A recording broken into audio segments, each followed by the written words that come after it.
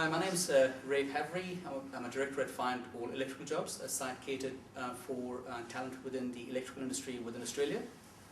Today I'm talking to Chris Crow, Senior Vice President Global Sales International at SchneiderElectric. Chris has currently a purview of looking after turnover which goes over $1 billion, looking after 1,000 people in around 6 countries.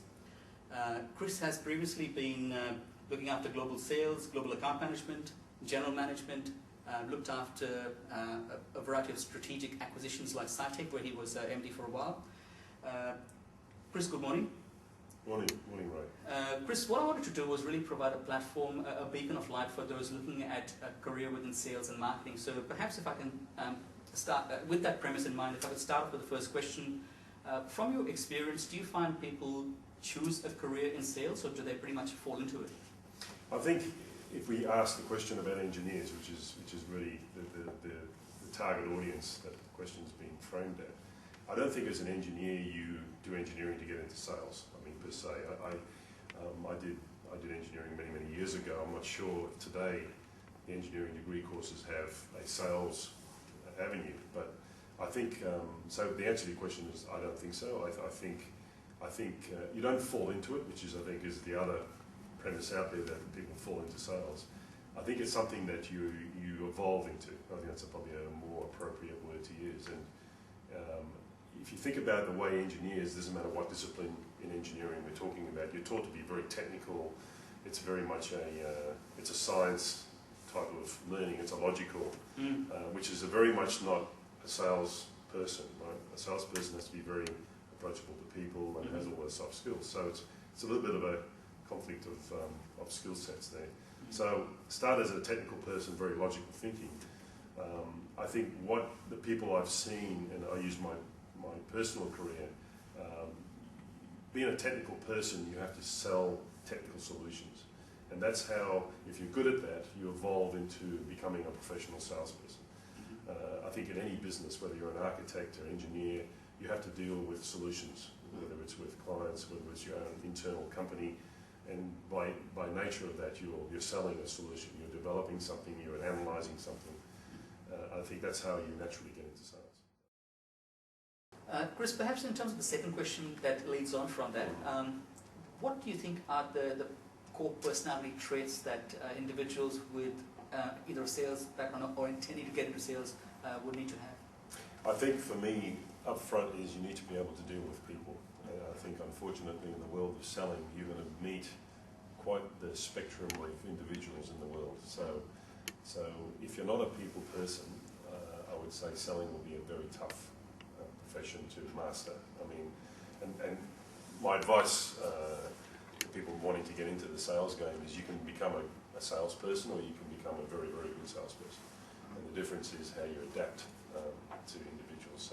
So first thing is, yeah, you need to be a people person.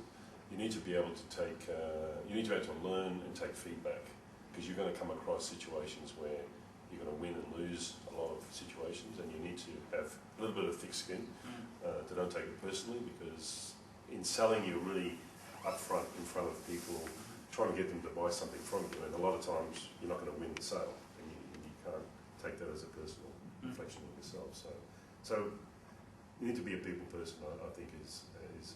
And people say to be a salesman you need to be an extrovert. I think that's the other fallacy I think that's wrong out there. I think, to me, an extrovert classic salesman is your vacuum cleaner sales guy, right? You go in, he does a demonstration on the carpet. That's, to me, is not selling, you know.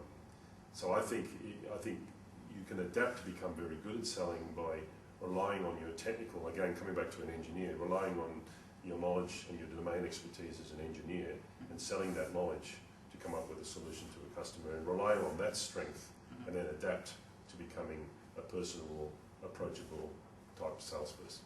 Okay. So go down that stream instead of saying I have to be an extrovert and trying to approach it that way, which will fail as an engineer, because as a technical sales engineer you need to sell your competence, your domain expertise. Perhaps if I could tease that out, but you mentioned about solution selling earlier. What is solution selling from the Schneider's philosophy? I think solution selling, not just from Schneider, but I think from any company, a good solution is, and that's really a differential, I think, in winning winning a good sale is creating value around the solution for the customer. I mean, coming back to my example of the vacuum cleaner guy, he's selling just the features of a vacuum cleaner. He really hasn't analysed what a customer who wants to buy a vacuum cleaner is about. It could be noise, it could be allergies and all that. It doesn't really analyse a lot. He just goes straight into a feature sale. When you're selling a solution, you really need to go beyond, so that needs a lot of understanding of really the customer's needs and what he wants, and try and build a bigger value proposition. Because the bigger you can do that, you wipe out theoretically your competition. Because you're touching on things that a upfront salesman will miss. He'll just get straight into the feature sale and not understand what are the complexities of this customer. If the customer wants to go to the extreme, a water treatment plant from you, right? There's a whole gamut of issues that water utility is looking at, and it's not, have you built a water treatment plant before? There's a whole bunch of other things. So it's building value is really the answer to the question. Great. If I could perhaps tease out a bit in terms of what sort of things does someone do in the early stages of their career, and what can what can someone expect to do as they're moving on through the career, reaching roles such as the one that you have currently? I think it's starting with, let's call it Sales 101, which is your basic, and I remember my early days as a sales engineer, running around trying to sell as much as I could and keep my job. I think in those days it's really very much about learning the skills of understanding your strength and your technicalities of what you have and using that to sell whatever you're trying to sell, right? So it's really learning how to adapt yourself in your style to selling. It's very much an individual thing. As you get more into the more senior roles, you're moving from an individual sales process to managing people, and then to managing P&Ls, and in my case, managing countries. So it's like any experience in any business, anything where you go from a junior engineer to a senior engineer, or a basic sales guy to a senior vice president. Different skill sets. The best way I can summarise the question, Ray, is to say that it becomes more a people management adaptation as you get more senior, and less on individual myself. And I think that's probably the biggest learning I could give in terms of passing on that to people who want to move more into the senior roles. Senior roles is all about leadership and management of people. That's what management's all about. People think it's for sure you need to understand the basics of the experience you learn, and train and mentor and guide organisations on the path, but you're doing that with a bunch of people. And that's really the success, because you can't do it yourself. I mean, as you said in the introduction, there's over 1,000 people in my group. I don't talk to 1,000 people. So that's the answer is you adapt first to your own skills, get that confidence, and then build on that as you go forward to managing small teams and large teams. And on that path. Chris, perhaps if I could actually ask the final question, what sort of advice would you give someone that was intending to pursue a career in sales? I think, going back to the start of the conversation we had, Ray, I think it's not one of those things you just wake up one day and say, I want to be a sales guy. So once you get into that stream of salesmanship, I think it's something you need to work at, for sure. And my biggest advice to any person who wants to really master selling is spend as much time as you can with your customers. I mean, selling at the end of the day is relating to people, is to adding value to a customer.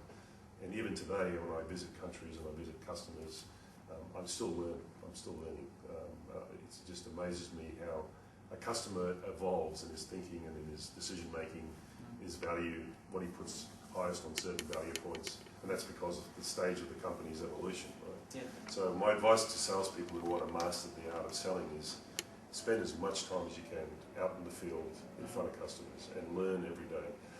Second thing I would do is look for an experienced sales manager or a salesperson. Not so much to mimic exactly what that person does, I think, but bring him along on some sales calls with you, or go with him when he does a senior exec sales presentation call, and just learn from an experienced person, because you'll see the style and the way he coaches the customer along is quite invaluable. So seeking out a mentor, perhaps? And try and do that with a few people to get some ideas. But at the end of the day, as I said, selling is an individual thing. So if you try and mimic something, it won't work in your favour. Because selling is your personality being adapted in a professional way to convince another human being or people that you're selling to purchase a solution or whatever from you. So it's really it's an extension of your personality. So you have to work at that. You have to refine it. And you learn that from other people. And like I said, and you get better at it the more you do it. It's like anything. It's like, as you say, riding a bike. The more you ride your bike or the more you do any skill, you get better at it. So selling's like that, and invaluable. More time in front of customers, you become a better salesperson, for sure. Great. Thank you very much for your time, Chris, and appreciate the inputs into what will be very useful aspects for people within the sales industry to look after. Thank you. Thanks for the time, mate. Cheers. Appreciate it.